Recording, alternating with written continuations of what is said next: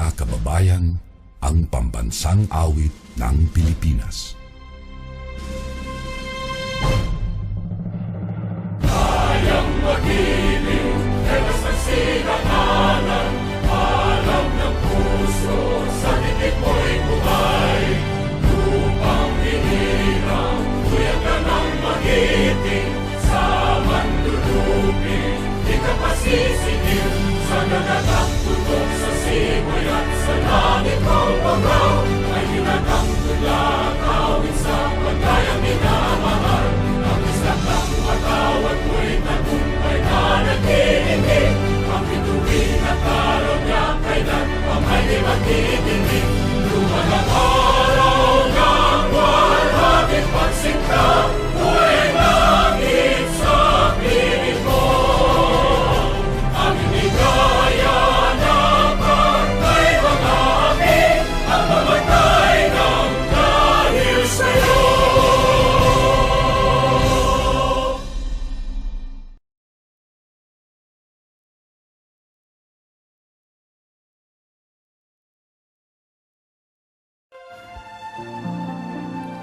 Opening prayer.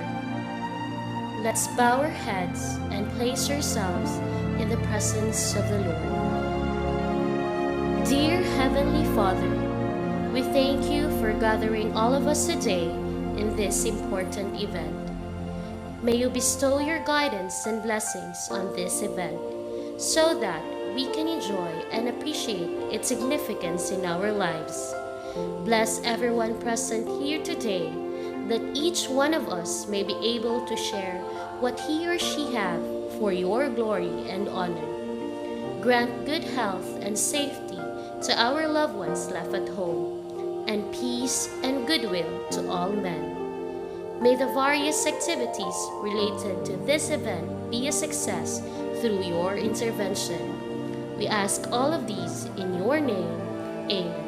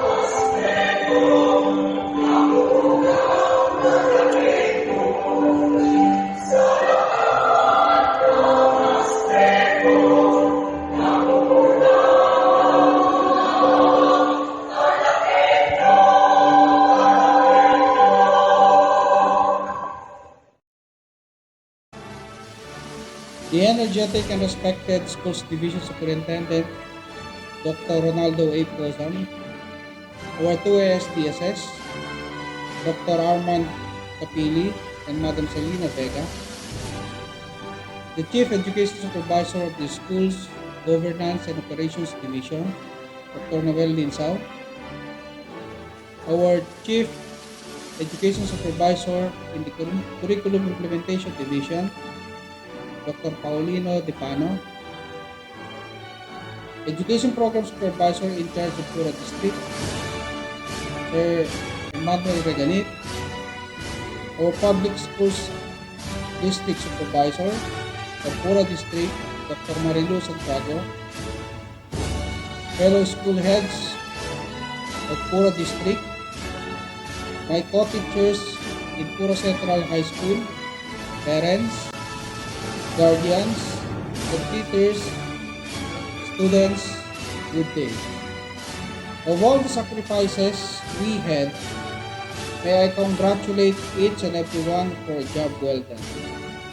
Primarily, to the parents and guardians of the completers and graduates of this school, at long last, no more loads to spend for cell phones because of online classes, no more anger to exert because you cannot at one time or most of the time you cannot answer the modules of your children, and no more worries for everything, but take note, this is now another chapter of their lives,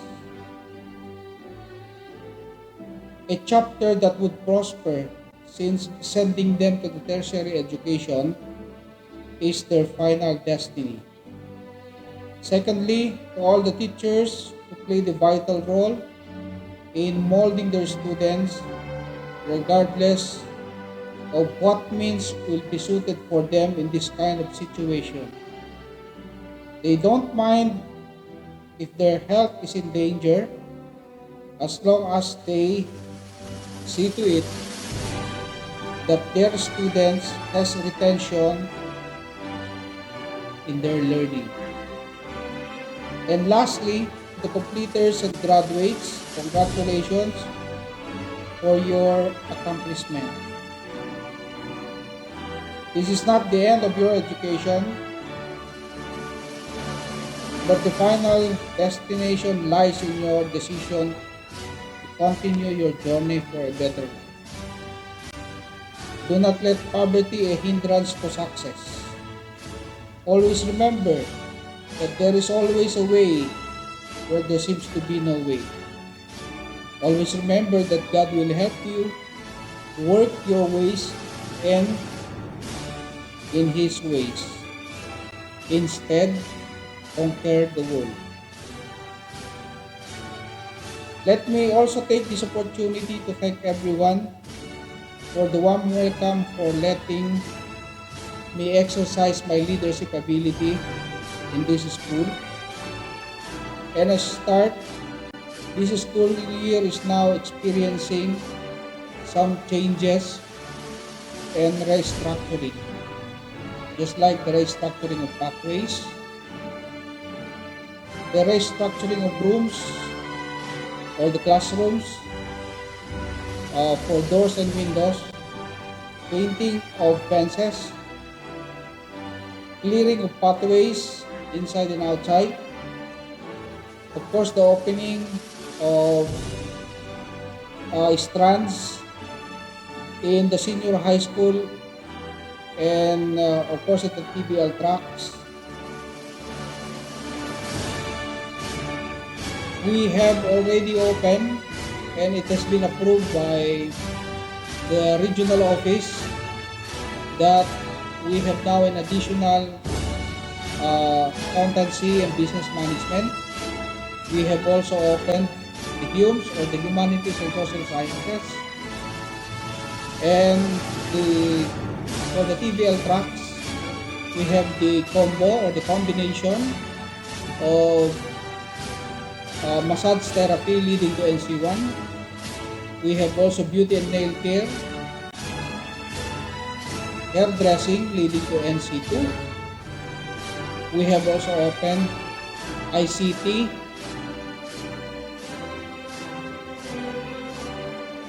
via the CSS leading to NC2 also. And of course, for the male, those who want to exercise their skills, we are opening, and it has been already approved by the regional office, the electrical installation and maintenance. Likewise, the existing general academic strand of the academic track is still in continuity.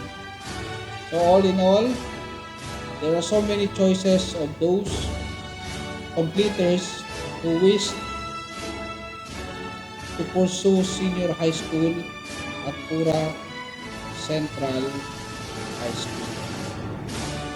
Again, little by little, we will be improving facilities and the restructuring of classrooms in this school, and I do hope and pray that in every single centavo that we have to spend in our MOA, all the changes or restructuring of the facilities will be done in some other ways. So again, my congratulations to all the students, parents, and teachers. Good day. Thank you so much. Good day to each and every.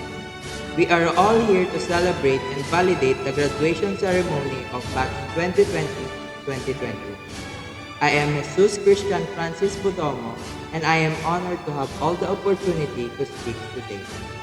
First of all, on the behalf of my entire batch class, I would like to welcome you to the graduation ceremony of Batch 2020-2021 at Pura Central High School.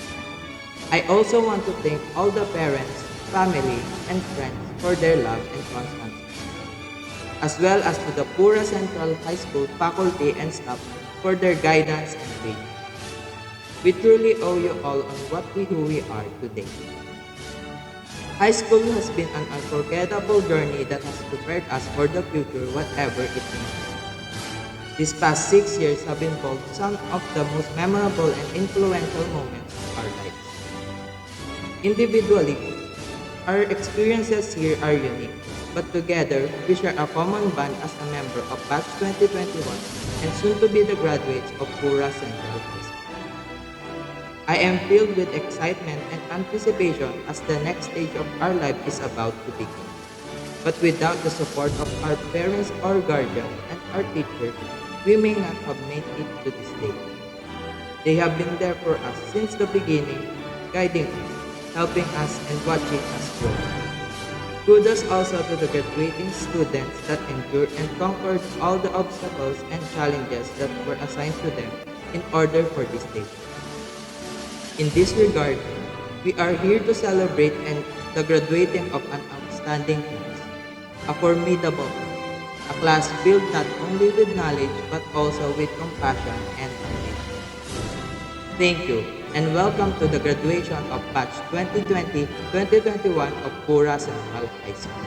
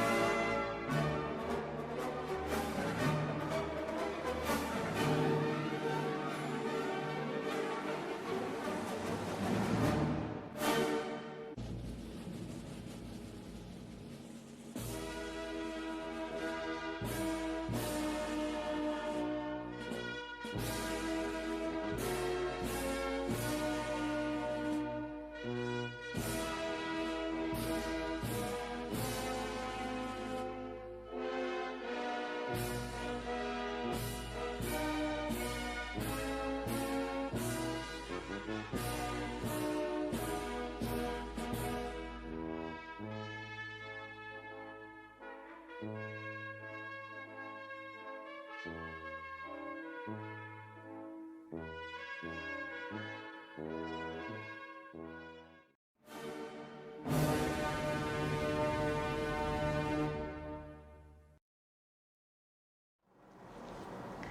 school year 2020-2021 will forever be etched in the minds and hearts of every Filipino learner as the time when education took a drastic change. The classroom suddenly was no longer the physical structure in the school, but the virtual platform on the internet or a learning space at home. Teaching did not include anymore the chalk and the blackboard, but distance learning activities like online classes, radio and TV-based instruction, and self-learning modules. And yes, the teacher was not only limited to sir and madam, but it also meant the learners' parents and guardians at home. COVID-19 has definitely changed the landscape of the teaching and learning process. Yet, with our collective resolve and resiliency, which is uniquely Filipino, we vowed not to let this pandemic stop us from making learning happen, from ensuring that our children get an education.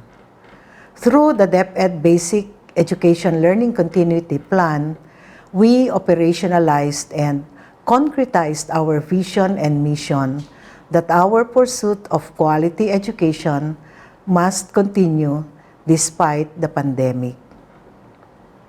My dear graduates, completers, and academic awardees of school year 2020-2021, you are the products of this unique period in our nation's education history when we were faced with a tremendous challenge in our learning delivery. Difficult as it may be, you still managed to survive and overcome the hurdles and obstacles owing to your adaptability and creativity. This alone makes you winners, game changers, and trailblazers. To our school leaders, teachers, parents, and other stakeholders who continue to brave the imminent danger posed by the COVID-19 virus to their health and their lives every day, just to make sure that our children do not stop from learning, you are the unsung heroes and frontliners of DepEd's mantra of Sulong Edukalidad. Our dear partners in education who have given immense support to our schools, we did not only push through with the school year. We made sure that our children receive quality learning in the face of these trying times. Strengthening the quality education amid the COVID-19 pandemic is not simply about the use of various distance learning delivery modalities. It speaks about the essentials that you continuously embody, such as your generosity and dedication for education. To encapsulate it in one word, it speaks about our common goal to provide the learning opportunities for our children amidst these trying times. Many years and decades from now, our dear batch 2020-2021, when you will look back at this day of your graduation, completion ceremony, or recognition day, you will most certainly remember it with the most unique memory. For one, your day will probably be recorded in perpetuity because it happened in a virtual ceremony. Please do not look at this as a scarcity, but rather as a living testimony of your ability to rise above any adversity. Congratulations, and may God continue to bless and guide you.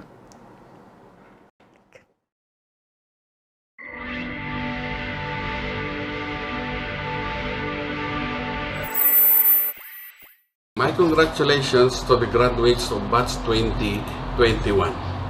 It is with great pride and honor that I join you, dear graduates, your parents, and your loved ones in this momentous event of your life, celebrating the completion of your basic educational journey, whether it be in elementary, junior high school, or senior high school. With the theme Strengthening the Quality of Education Amidst the COVID-19 Pandemic, the school year has been extraordinary and very challenging that truly forced the educational system to deviate from the conventional and usual manner of teaching and learning methodologies wherein teachers and students come to the classroom, to the school, for the face-to-face classroom dynamics to a distance learning modality using various platforms such as digital online, digital offline, modular, and the use of radio and television-based instruction. This temporary departure from physical classes to distance learning modality reduced the competences to arrive at the most essential learning competences in order to be responsive to the adverse effects of the new learning modalities and ensuring that quality of education remains valid and reliable. Given these conditions on how you drank knowledge from the fountains of your alma mater through your teachers, it is my fervent hope that all the wisdom you imbibe shall guide you as you journey towards your future life, especially designed only for you. Seize the moment and find yourself a niche in this world. It is my prayer for your success, dear Batch 21, and be the future torch to light our ambiguous, uncertain, and challenging world that we are all in now. Come back soon, my dear students, to your alma mater, and we wish to see you shine brightest among the rest of the stars. God bless you all, and congratulations to all.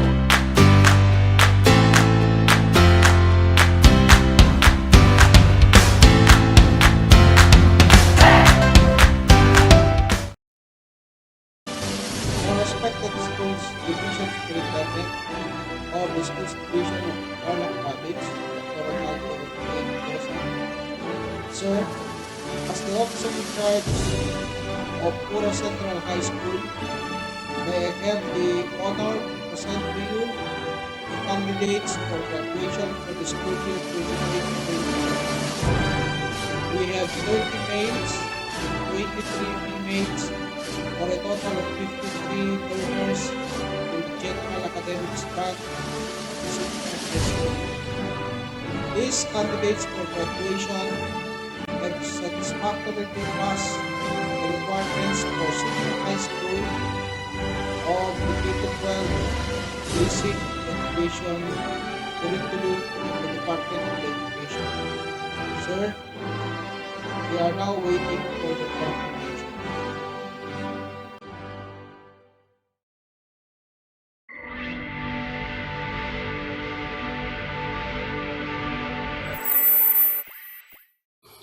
Good day, completers for school year 2020-2021. I, your school's division superintendent of DepEd Tarlac Province, and by virtue of the authority vested upon me by the Department of Education, and upon the recommendation of your principal, I now confirm your graduation. Congratulations again, and God bless you all.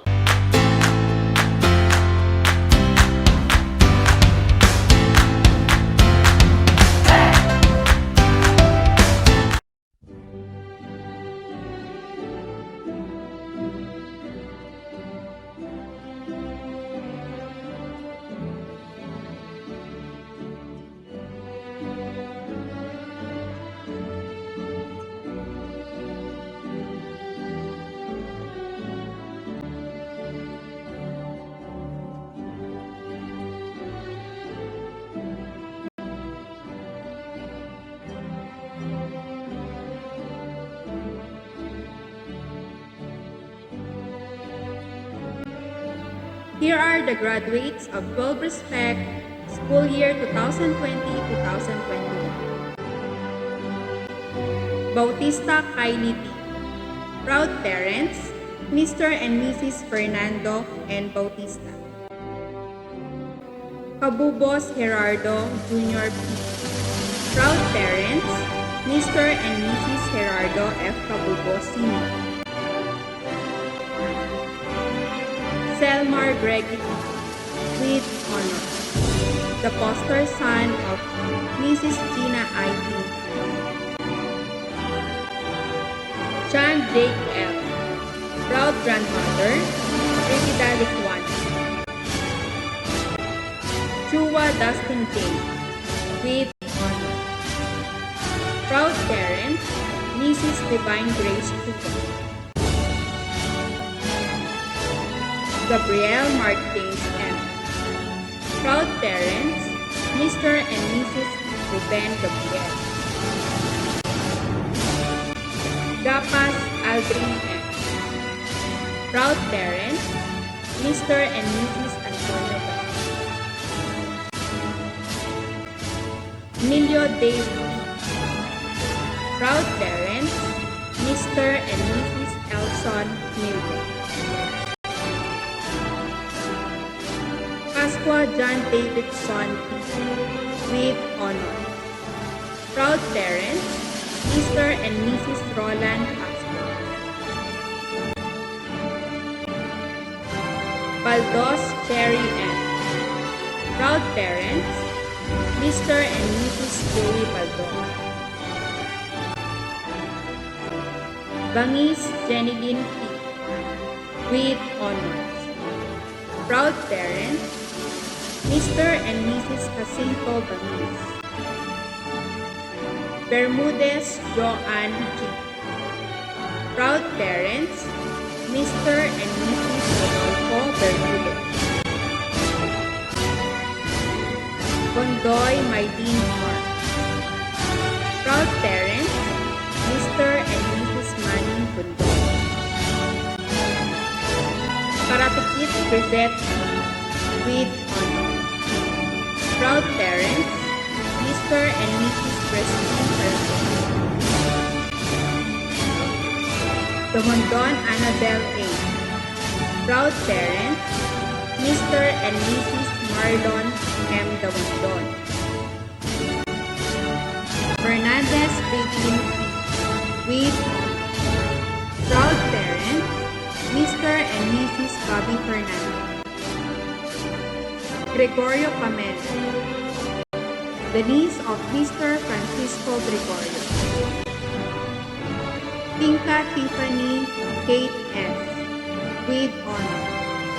Proud parents, Mr. and Mrs. Tomas Tinka. Silva Kimberly Ann Juan. Proud parents, Mr. and Mrs. Aris Silva. Sumalde Rhea Eliza V. with honor. Proud parents, Mr. and Mrs. Jesus Sumalde Jr. Tagata Jessica E. Proud parents, Mr. and Mrs. Julie Tagata. Valencia Jenny Rose A. with honor. Proud parents, Mr. and Mrs. Richard Valencia. Ver Micaela M. with honor. Proud parents, Mr. and Mrs. Nestor Ver.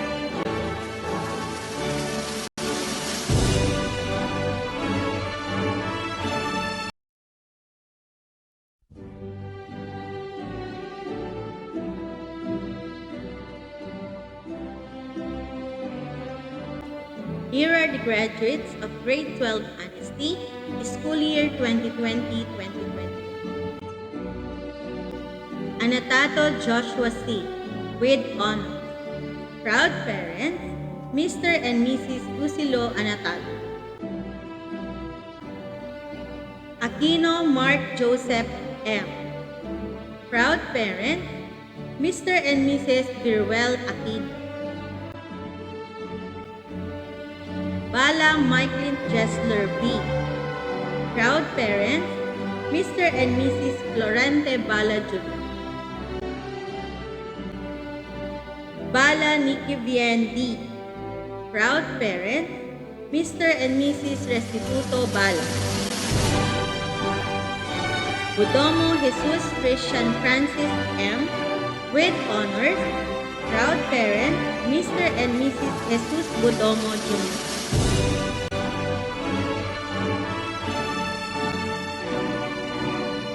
Takuma Mark E. Proud parents, Mr. and Mrs. Joseph Takuma. Estavillo Kelvin J. M. Proud parents, Mrs. Romelyn Estavillo. Estavillo Noel J. R.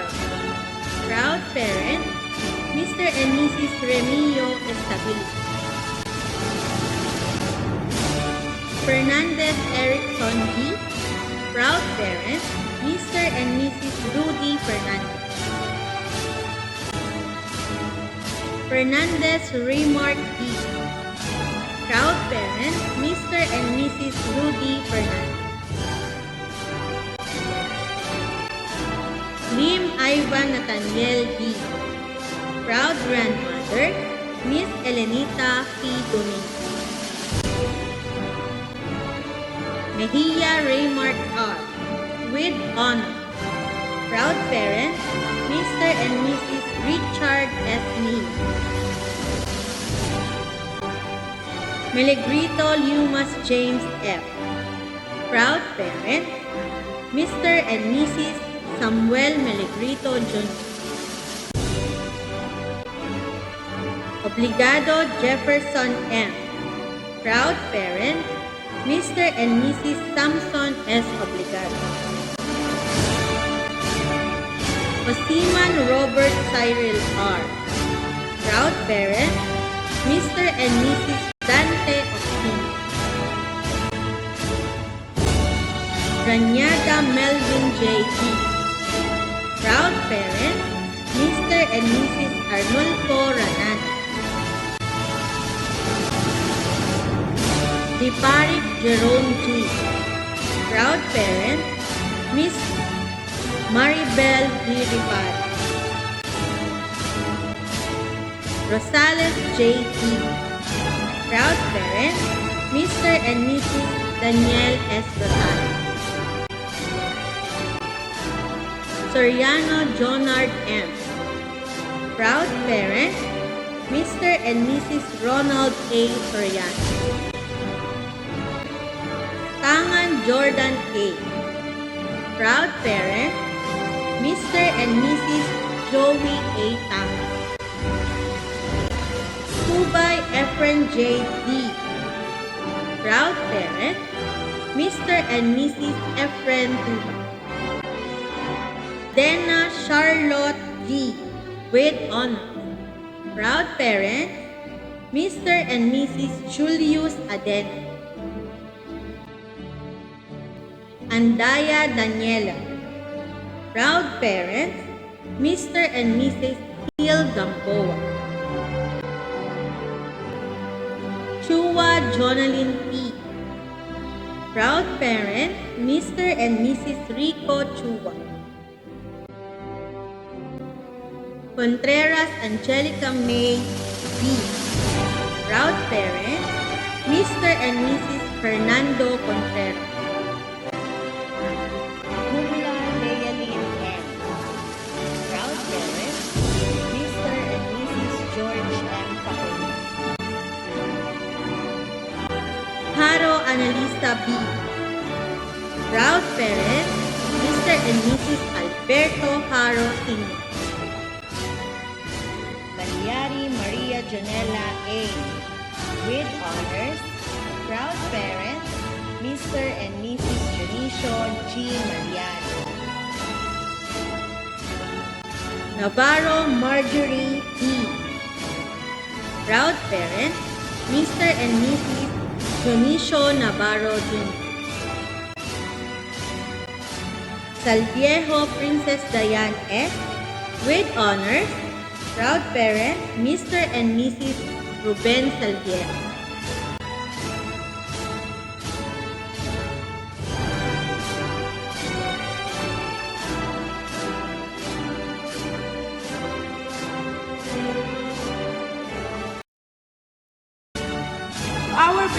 Officer in Charge, Engineer Ronald G. Cadente, our guests of honor, parents, friends, schoolmates, my dear co-graduates, teachers, staff, school administrators, ladies and gentlemen. A pleasant morning to everyone. A year ago, the pandemic began to spread and change people's lives. And one of the most affected by it is the field of education. There have been many changes, challenges, and trials faced by the students. Some of us were unable to keep up due to lack of necessity.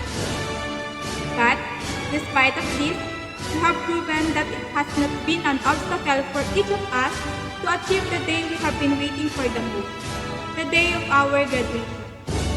Today is a momentous day for all of us graduates. Our labor and efforts are almost to be paid off. Well, we did it. Everybody worked hard to get to this point. We all accomplished one of the major milestones of our life, senior high school graduation. As we look back on 6 amazing years, 4 years in junior high school and 2 years in senior high school, remembering all the days that we laughed, cried, failed, and succeeded together. The times when everyone had almost wanted to quit during this new learning system. Because we can no longer answer the module by ourselves. We don't know how to do all our activities at the same time. What to do first? The problems we encountered at home, or the next day that we need to pass all our requirements but we still haven't done anything. All the rants we shared in our group chat, sharing memes just to comfort everyone, helping each other because we don't want anyone to be left behind.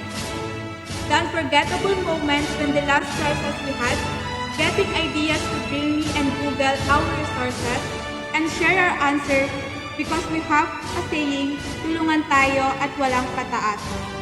All of these things that we did that created memories, and because of it, we get to know each other more. We became not only just schoolmates but as one family. Thank you, classmates, for everything. I've learned so much things from everyone. Our batch is one of the greatest treasure that is worth it. To our loving parents, we would like to say mahal po namin kayo. And thank you so much for all the things you've done for all of us. We would not be here today if not because of you. All of your sacrifices and hard work just to sustain our daily needs, especially in our studies. For providing internet access and our mobile phones to be able to join when we have Google Meet and online classes. To make researches for our activities. We all know that providing this is not easy because of the crisis we are encountering. Mama and Papa, maraming salamat. To our supportive teachers who have one of the reasons why we are here today, thank you for sharing your time and knowledge to us. For putting all of your effort just to make sure that we understand all the lessons, that we gain knowledge from it. Sharing your stories inspired us and understand us every time we need to have an extension time to submit our output. Thank you for having patience every time we cause trouble, and thank you so much for pushing us to do all of this, for believing that we can make it, that we can achieve all our dreams. Above all, thank you, Lord, for your guidance. Fellow graduates, this is not goodbye, but I will see you around. Good luck to all of us, and God bless.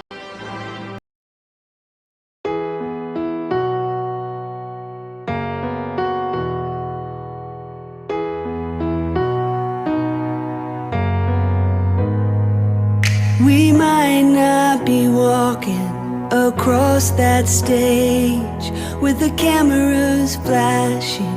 They've been waiting on our day. It's been a journey, hasn't it? I wouldn't trade a moment. No, I wouldn't change a moment. I'm who I am because of you. Whether we've known each other our whole life or just a year or two. And I'm grateful for the time